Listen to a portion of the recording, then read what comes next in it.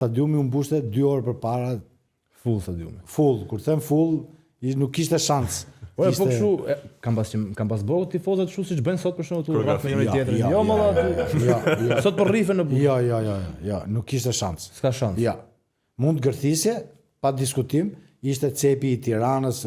Tirana pothuajse ishte në qendër dhe kishte vinin lapraksit që ishin tifozeria Partizane, dhe kapnin cepin e 20-çës në cep atje. Sigurisht që kishte hedhje me letra, me gjëra kështu për atmosferë, po sharje, ofendime, gjëra. S'kishte shans. Nuk kishte shans atë, sepse edhe policia ishte, nuk kishte shans me pas polici të madhe siç ka sot.